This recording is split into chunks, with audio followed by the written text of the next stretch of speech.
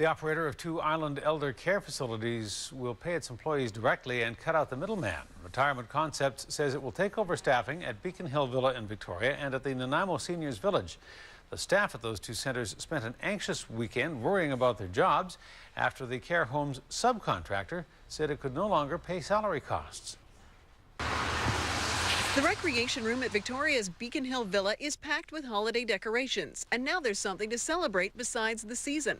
On Friday, staff at the villa and 2 other BC seniors' homes were told they would no longer be paid. Apparently, some settlement appears to have been reached between the employer, Retirement Concepts, and the Hospital Employees Union, where they will be hiring the employees directly.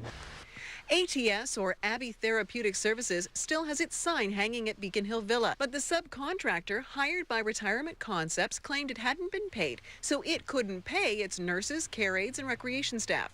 Retirement Concepts spent the weekend working out its own deal with the union that represents the workers. All the workers that previously were employed by Abbey Therapeutic Services at an equivalent wage and benefits package. Through the long weekend of negotiations, both VIHA, which fully funds the villa, and licensing done through the province conducted surprise inspections of the homes. In Victoria and at the other islands affected long-term care home, Nanaimo's Senior Village, they found that care was being provided, that there was adequate staffing, they were meeting their regular staffing numbers that they anticipated. Retirement Concepts is covering the employee's contract until April 2010 and says that it's already looking at subcontractors to take over in the spring.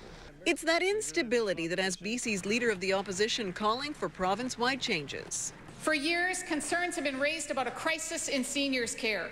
Can the minister explain what good the constant flipping of staff and a revolving door of subcontractors does to care for seniors? Anytime there's a disruption, of course you ought to be concerned about it.